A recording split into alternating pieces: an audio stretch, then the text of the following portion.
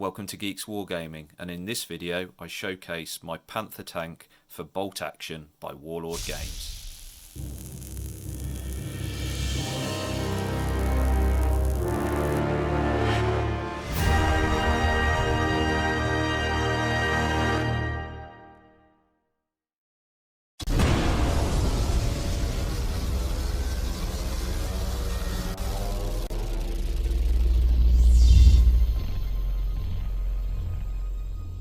Hi, welcome back to Geeks Wargaming. So in this video I'm going to show you my Panther Tank, which I have newly painted.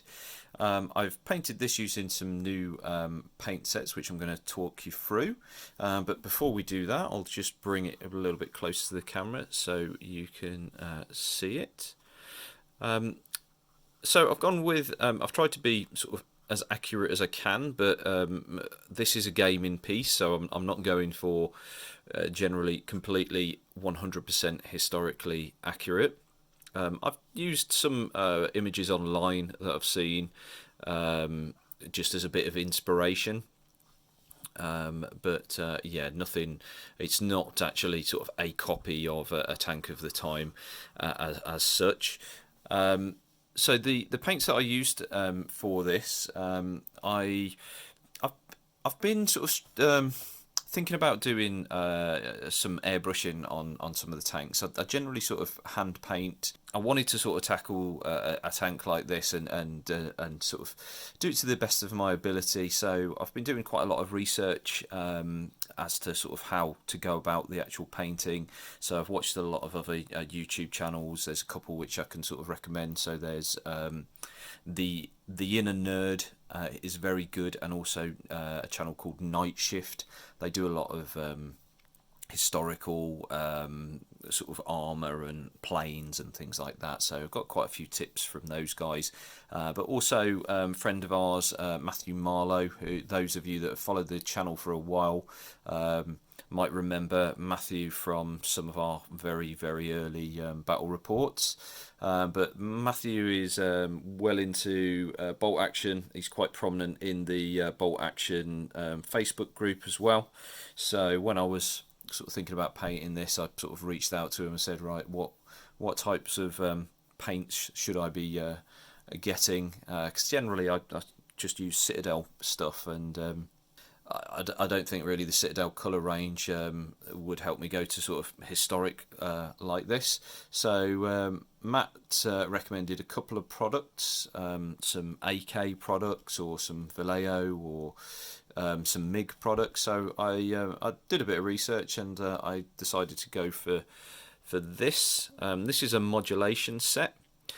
So what that enables you to do is you start from sort of your darker tone and you paint it towards the base of the tank, and then you work through to your highlight colours. Now with this particular tank, I basically went to the first four.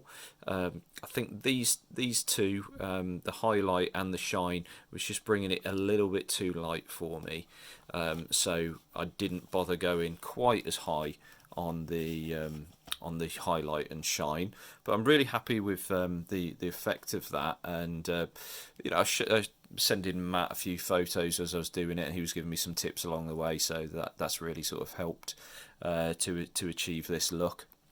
So really happy with the first attempt, and I found it quite easy actually with the airbrush, just to sort of pick out some of these highlighted areas. So what I tended to do was pick out things like the fenders and some of the higher parts to put the lighter colour on, and as I said, kept the darker shades towards the bottom, so you can sort of see that there is some modulation. You can see it on the hatches, and you can see it here, the difference in the tones, and that just sort of helps give it a little bit of a worn look and everything like that.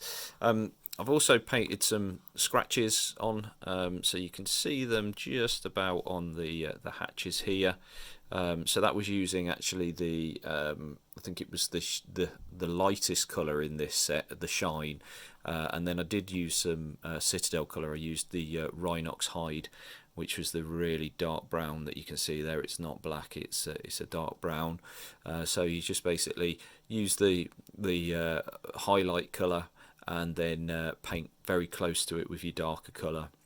And if you want it to make it look like it's gone all the way through to the metal, then obviously just put a bit of a silver colour in there. I've done that in a few places. You can just about pick it out on the hatch there, because I thought that that's sort of a high area of traffic, and high area of traffic around the cupola. So I've picked out with some of the silver there. But with this tank having the Zimmerit look all around it, it didn't sort of seem appropriate to chip it all the way down to metal without actually sort of carving out some of this Zimmerit, because the Zimmerit, as far as I'm aware, wasn't actually made from metal. I think it was, I don't know, some kind of like clay compound or something like that. I don't know. Comment down below, let me know what it was made out of, but I know it wasn't metal. So when I've used that modulation kit, I also got the matching sort of part for the camouflage on there. So I picked up this set. I think these were both about £15. You can get them off Amazon, eBay, all that type of place. So they're quite easy to come by. And as you can see here, these have just got the 3 colours of each, and I only used sort of the two darker ones, and again used some of the highlight one for the scratching purposes. So use those two. Very impressed with them. They're airbrush ready, so you can just put them straight into the airbrush, and that's absolutely fine. So I painted those all on. I gave it a quick gloss coat after I'd got the camouflage pattern down, and then added sort of the decals using some of the micro set solution. So because it helps it to adhere to this Zimmerit. Putting transfers on Zimmerit, you can't really see here, but it is all really indented, so you have to sort of put the microset on so it actually sort of, you know, adheres to the sort of pattern underneath it. So I think that's come out quite well. You can't really sort of tell that they are transfers. There's none of the sort of silvering there. Yeah, you can see that quite. It looks more like a painted on effect. So, and that's the whole point in using the microset or microsol set. I've then gone across the tank and picked out some of the details. So this is just a sort of dark grey. I think it was German grey. It might have been something darker than that actually. And I use some Citadel colours because that's what I've got. So things like Mornfang brown for the browns here, and then I think Zambezi Desert for the handles of the tools and things like that. So I painted all of those. The tracks I actually painted with Mornfang brown, struggling to say that one, and then you can see sort of this rusting effect. I've got the AK Interactive rusting effect. So there's one called I think it's crusted rust deposits. There's also streaking rust. So I've used that to come up with that sort of orangey effect, and it looks quite realistic, I think. And at the edge, this was sort of a tip that I've sort of picked up from some of those other YouTube channels, which I was telling you about. But that's just actually using a pencil, just sort of to go around those, and it ends up, the effect is really good. Really happy with how that came out. The tracks, I'll bring it a bit closer so you can actually sort of see, but they're actually sort of quite muddy. Looks like sort of a dry earth there. So that was just using some MIG pigments, and I tend to mix a few colours together until I get sort of a tone, and I try and sort of incorporate a couple of different pigments, and I mix them in with a pigment binder, and then sort of paint it on, and I just do it very thin, so you can just build it up slowly. And then if you want, you can actually put more pigment in so it actually becomes quite gloopy and more like mud if you want to build it up in certain areas. But on this tank I didn't actually go for a too muddy effect. I wanted to keep it sort of, you know, so it looks like it's been in the been sort of used but not completely caked in mud. I think my the Panzer that I've done, I went a little bit OTT with the mud effect, so I wanted to try and avoid that. And then again on the tracks here, this is just sort of picking out the edges with the pencil, because this is the part that contacts the ground, so there wouldn't be mud on that.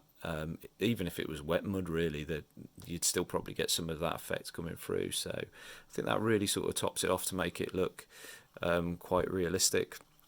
I'll just show you the exhaust as well. So the exhaust is using the rust streaks and the crusted rust deposits. But yeah, that's the Panther all done. I'm working on more bolt action stuff. I've got a bit of a bug for bolt action. Really enjoyed painting this. Oh, actually, there's one thing I haven't mentioned. This to sort of modulate all the colour together. It's a good idea to use some kind of filter. Which just sort of ties in all the colours. So I've used sort of a very sort of watered down brown ink, and put that all over it, and then in all the recesses I used Streaking Grime by AK Interactive, and I actually painted it on quite thick because I think with my watered down brown it didn't really make that much of a difference, to be honest with you. So when I went in with the Streaking Grime and got all these dirty edges and everything, you put the Streaking Grime on, and then you use your white spirits and to take it away with either a cotton swab or a paintbrush or anything like that. And if you draw it down, it looks like Streaking Grime as it says on the tin. So you can kind of see it on the side skirts there, maybe just about on the camera, but it gives it this really sort of dirty, battle-worn look, and that's exactly what I wanted to go for. So I'm going to replicate that across all of my vehicles that I do for bolt action. As I said, I really enjoyed painting this tank, and it sort of spurred me on to paint the rest of the tanks. We're trying to bring you more bolt action. Obviously, in the current situation, can't bring you any battle reports, so I thought I'd just give you some progress on what we're doing. So keep an eye out on the channel, because you're definitely going to see some more videos of more tanks popping up in the near future. So thanks for watching, guys. Hopefully you enjoyed that video. Comment down below if you liked it, what the Zimmerit was made out of, everything like that. If you aren't already a subscriber to the channel, it really helps us out if you subscribe.